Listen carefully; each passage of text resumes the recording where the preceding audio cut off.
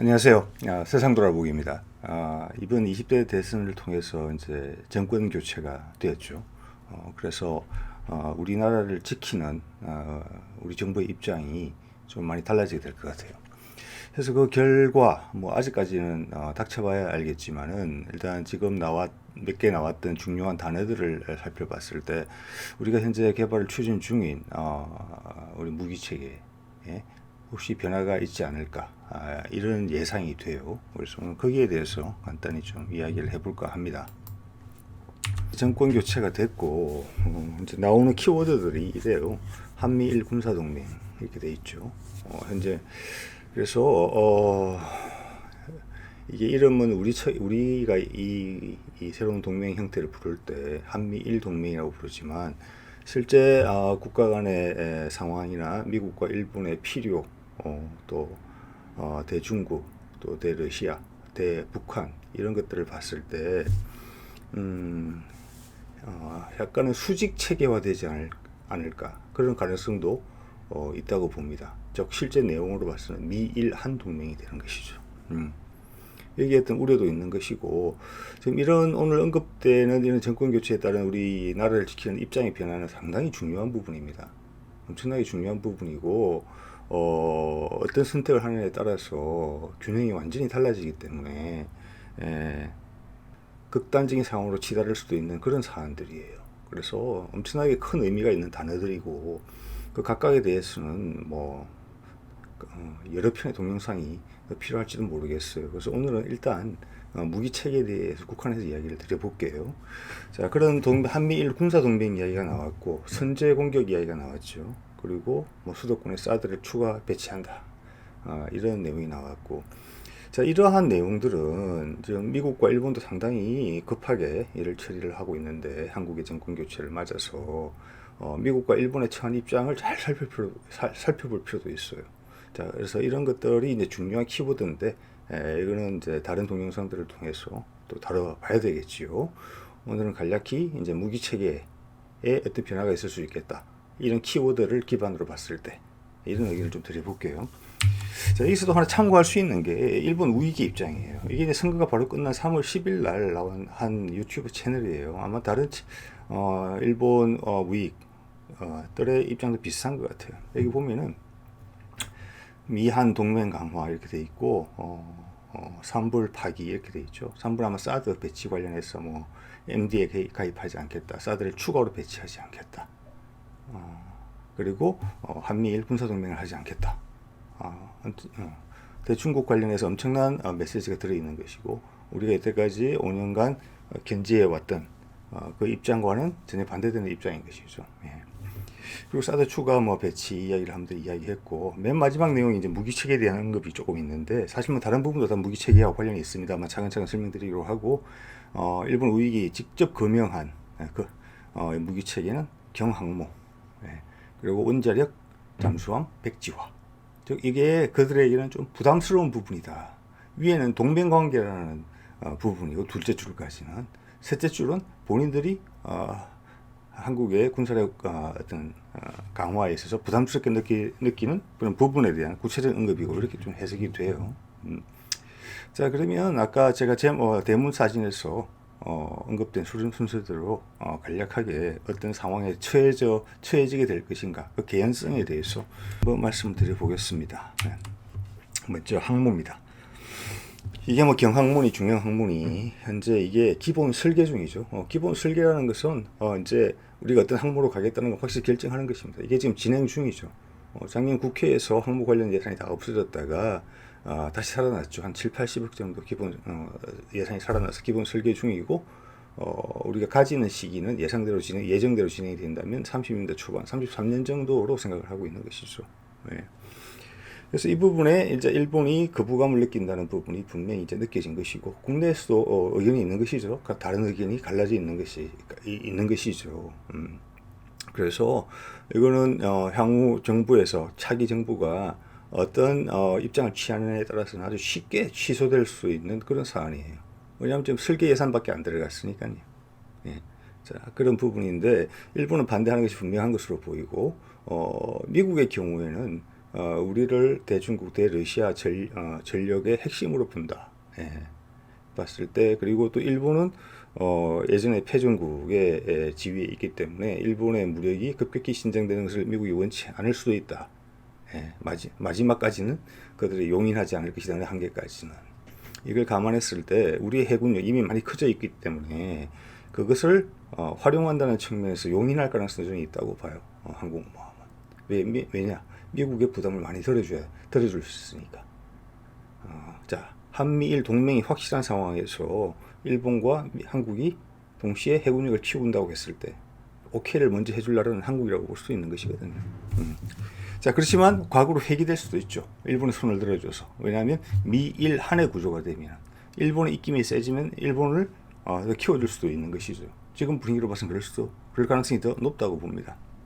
그리고 우리 군 내에서도 이제 지금 현 정부 들어서서 육군을 상대적으로 육군은 약간의 소외감을 느꼈을 수가 있어요. 왜냐하면 해군과 공군을 많이 강화시켰기 때문에. 그리고 군 구조 개혁이었죠. 예, 국방 개혁이 지금 진행 중인데 상당 부분 진행이 됐죠. 쉽게 이야기해서 자리가 줄어드는 걸로 봤을 때, 별자리가 줄어드는 걸로 봤을 때는 육군이 더 큰 피해를 본 것이죠. 예, 그래서 육군 부분에 조금만 힘을 실어주더라도 이 균형은 쉽게 무너뜨릴 수 있어요. 이제 미국이 어떤 생각을 하느냐 여기에 달려 있는 부분이라고 저는 그렇게 봅니다. 예. 자, 그 다음 두 번째는 이제 핵 추진 잠수함이죠. 이거는 국내에서도 아직 본격적으로 말이 거론되는 그런 사안은 아니에요. 그렇지만 몇몇 고위 관계자 입장에서 지금 안창호급 배치 2를 지금 건조하고 있거든요. 일본 함을. 그래서 이 점에 대해서는 한미일 군사동맹 체제가 된다면은 과연 한국이 핵 추진 잠수함을 가지는 것을 용인할 것인가? 근데 굳이 판단을 해보자면은 우리가 핵 추진 잠수함을 가지지 못하는 쪽으로 분위기가 조성될 가능성이 조금이라도 더 높지 않나 이렇게 봐집니다. 왜냐하면 핵 추진 잠수함 그리고 거기에 VLS를 장착해서 SLBM을 발사하는 그런 부분들은 어떤 공격적인 부분보다는 우리나라를 어떤 적으로부터 전방위 적으로부터 지킬 수 있는 최후의 수단이거든요. 전략적 억제력이 있는 부분이기 때문에 한미일 동맹 체제에서 그게 필요하냐 너희가 우리가 대신 다 지켜줄 텐데 그런 부분은 바다와 하늘을 우리가 지켜줄게 육군에만 집중해라 몸으로 뛰는 그런 입장으로 고정이 된다면 우리가 한미일 동맹에 군사 동맹에 발을 담궜음에 그거를 부정하기는 좀 어려울 수 있을 것 같아요. 예. 자, 그리고 또 내부적으로 좀 많은 분들이 보시긴 했는데 사실 우리가 울산과학기술원에서 원전 연구단이 생겨서 23년까지 해서 한국형 원전을 개발하고 있어요. 수상용으로 군용이라는 이야기를 언급하진 않지만 자, 이거는 2000년대 초반인지 1990년대 말인지 그때 들여온 기술이죠. 그래서 여러 정부를 거치면서 계속 개발돼 온 거예요. 이전 정부 때도 개발이 됐었어요. 정당과는 상관이 없이. 자, 그게 이제는 마지막 단계로 거의 도달해 있는 것이고, 이게 대충 우리가 도산 안창호급 배치 3하고 시간이 맞춰져 있는 것으로 봐지는 부분이거든요. 그래서 이거는 오래된 우리의 투자입니다. 겉으로 드러나지 않아서 그렇지. 이름도 우라노스라고 불려져 있고 차세대 원자력 후보예요. 물론 이거는 향후 원자력이 다시 각광을 받을 때를 대비해서 안정성이 훨씬 강화된 최신의 원자력이라고 보시면 돼요. 예, 연료를 자주 갈아주지도 않아도 되고.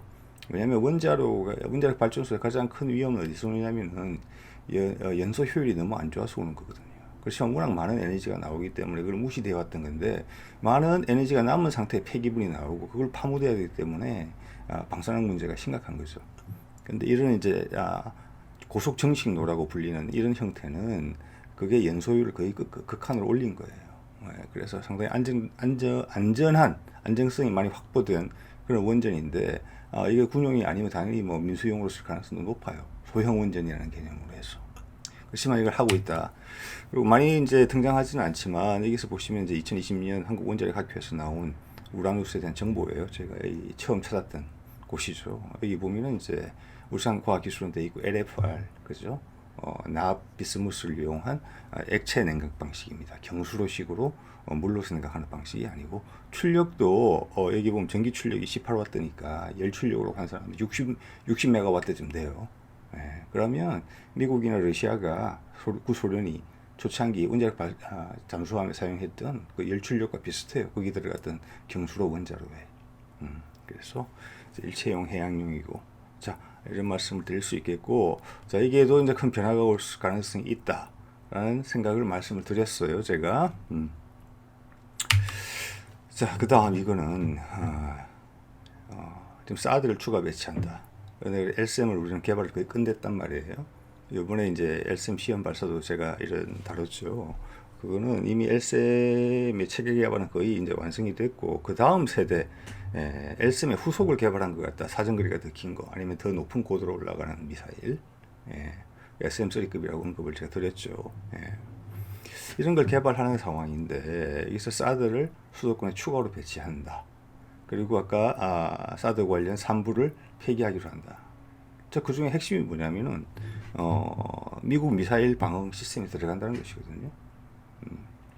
자 거기 들어간다. 그리고 사드를 도입하겠다. 우리 거는 거의 다 준비가 돼 가는데, 그 말은 뭘 의미하는 것입니까? 미국의 미사일 방어 안에 들어가는 것이 첫째고, 둘째는 그들의 미사일을 우리 미사일 체계로 활용해야 되는 것이죠. 그게 MD에 완벽하게 들어가는 것이고 호환성이 보장된다고 당연히 주장할 것이기 때문에 정치적 결단에 따라서 관련된 업계가 혜택을 보는 그런 상황이고, 우리 자체의 것은 여기서 연기될 가능성도 상당히 높다고 봐요. 이걸 뭉개지는 못하겠죠. 다 됐기 때문에. 그렇지만 연기를 할 수 있다. 심하게 이야기하면은 지금 한국 국방과학연구소 ADD 같은 경우도 미사일 체계 개발에 지금 중심이 잡혀 있는 그런 체계거든요. 그런 거는 이제 쉽게 바꿀 수 있는 거죠. 조직 같은 경우는. 당연히 이제 원장도 교체를 하려고 할 테니까 조직도 또 새롭게 하고. 그래서 이거는 묻힐 수도 있다. 심하면 폐기될 수도 있다. 이런 생각도 듭니다. 근데 사실 이제 LSM은 그림에서 제가 몇 번 사용한 그림인데, 체계 조립 공장 점검 쟁점 공식 2021년 작년 6월에 이미 됐기 때문에 이건 개발이 끝난 거예요. 그래서 예산만 투입하면 벌써 뭐 26년 이야기가 나오는 거죠. 실전 배치가. 그리고 이게 육상용만 들어가는 게 아니라 해상용에도 들어가기 때문에 이 시장은 아주 커요. 몇 조 원어치의 미사일이 되는 거예요. 우리나라 용으로만. 해군에. 이게 사정거리가 길기 때문에 육군에는 몇 개 포대 설치 안 해도 됩니다. 육상에는. 그렇지만 해상에는 배마다 이거를 장착하게 되거든요. 자, 그런 부분이 다 바뀔 수 있어요. 우리 미사일이 아닌 다른 미사일로. 자, 우리가 MD 체제로 들어간다고 할 때 미국 관련 방산 업계가 그 기회를 놓치겠습니까? 절대 그렇지 않다고 봅니다. 네. 자, 그리고 예전에도 이런 사례가 있었죠. 천궁2 이번에 우리 수출 효자 상품이 됐죠. 최고 수출액을 이제 갱신한 그 무기 체계인데, 그때 이 천궁2가 체계 개발이 다 끝났어요. 지금 LSM처럼. 근데 양산을 못하게 하려고 했던 적이 있었죠. 이 양반이 석연치 않은 이유로. 자, 그런 적이 있었고, 작년 11월, 12월경에는 해군 측에서 자기 세종 배치 2에 지금 근조를 시작했죠. 배치 2에 미국제 미사일 SM3하고 SM6를 넣어야 된다. 라고 의견을 모아서 강하게 제기해서 합참해서 그런 결정을 건의를 올린 그런 사안이 있었죠. 국방부에. 그래서 저는 그것이 그 당시 조금 이른 해군 참모총장의 교체와 상관이 있다. 자, 군 고위층에서도 이런 전체적인 흐름과 당시 정부가 추진하던 전체적인 흐름과 역행하는 방향에 대한 결정을 무리하게 내리려는 그런 시도들이 이미 있어 왔기 때문에 정부의 방침이 이것과 궤를 같이 함에 있어서는 기존에 개발 중인 LSM을 수년시키거나 아니면 개발 계획 자체를 폐기하는 것은 어떻게 보면 쉬운 일이에요. 왜냐하면 양산을 하게 되려면 복잡해지니까요. 예산도 더 들게 되고, 이쯤에서 포기하는 게 어떻게 보면 예산 절감에도 도움이 되는 그런 부분도 있는 것이거든요. 자, 그렇기 때문에 다 된 일이 안 될 수도 있다는 사례는 여러 번 있었다. 관련해서 그만큼 MD와 KAMD의 사안은 중요하다. 정치적으로, 군사적으로, 그리고 방산화 업체 경제적으로 그렇다는 것이죠. 그래서 KAMD냐 MD냐, 지금 정부는 KAMD를 추진했고 새로 들어온 정부는 MD로 가겠다는 것이죠. 사드로 대변했고 3부를 폐기하겠다고 한 것이죠. 이건 엄청나게 중요한 이야기입니다. 국제관계에 있어서 엄청나게 예민한 이슈예요. 그래서 이게 실제 이대로 방향으로 바뀌기에는 많은 논란이 있을 거예요. 그래서 오늘은 그에 대해서 다루는 영상은 아니니까 일단 저는 그 정도만 언급하겠습니다. 그래서 작년에 이미 작년 말 11월 25일 나온 기사죠. 이게 저는 유럽에서 우크라이나의 긴장 관계가 일기 시작한 게 11월부터예요. 그거하고 궤를 같이 한다고 봐요. 아까 해군 참모 본부에 그런 SM3, SM6를 장착해야 된다. 이미 배를 건조해서 설계를 해서 시작하고 있었던 부분이거든요. 그 마지막 기회였을 거예요. 그때가 SM3와 SM6를 넣어야 된다는 게.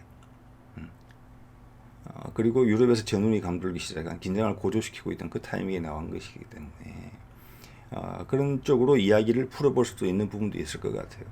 자, 그 정도 하고요. 그거는 SM3는 현재 발당 200억 원 정도로 평가가 돼요. 이제 SM6 같은 50억 원이에요. 자, 세종대왕함 같은 경우는 SM3나 6를 넣을 수 있는 그 어디죠? MK41 수직 발사관이 80셀이 있어요. 80발이 들어간다는 거죠.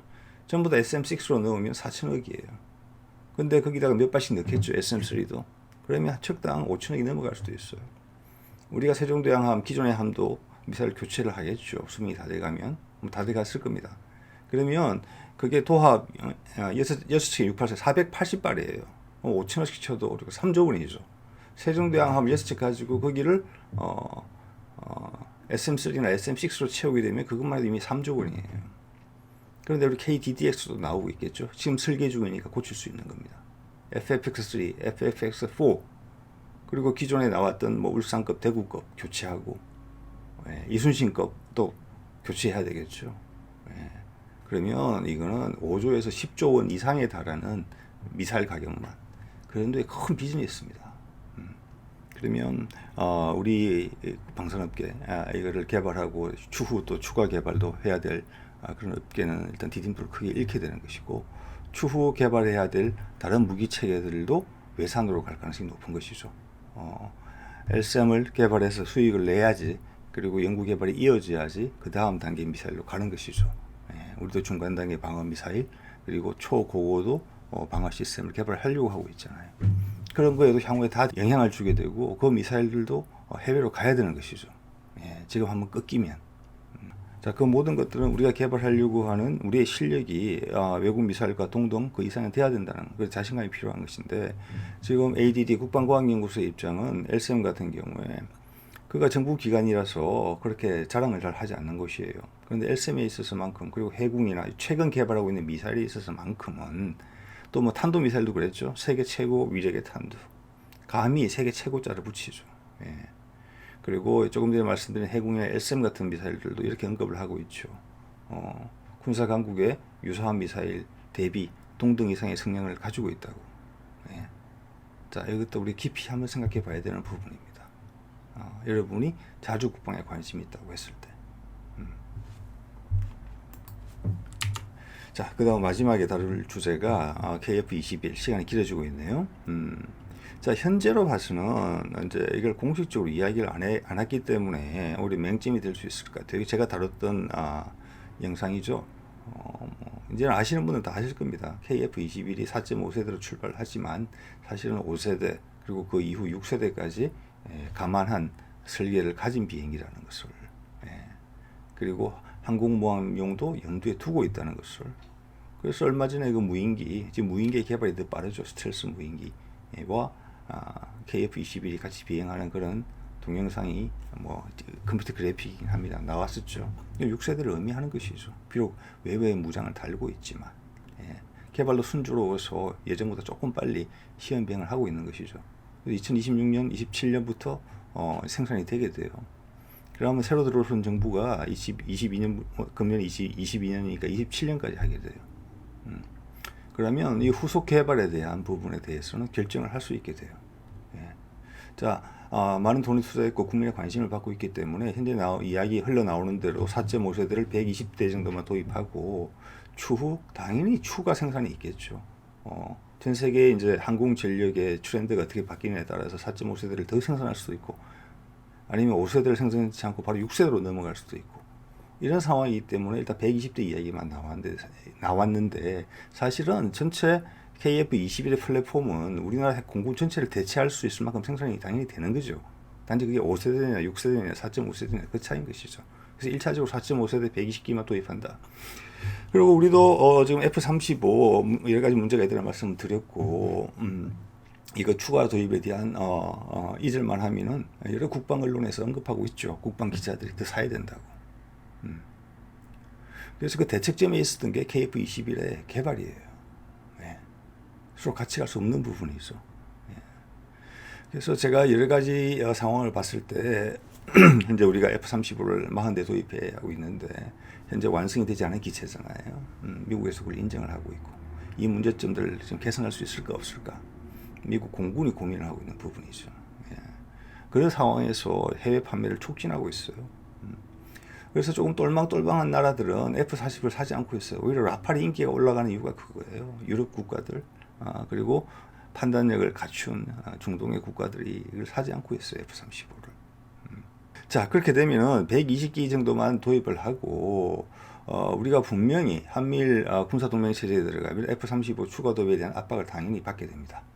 더더욱 그렇겠죠. 이거는 우리가 손에 가진 게 없으니까. 우리 국민들 중에 많은 사람들은 아직 이게 5세대로 6세대로 간다는 것 자체가 금시초문인 분들이 많이 있어요.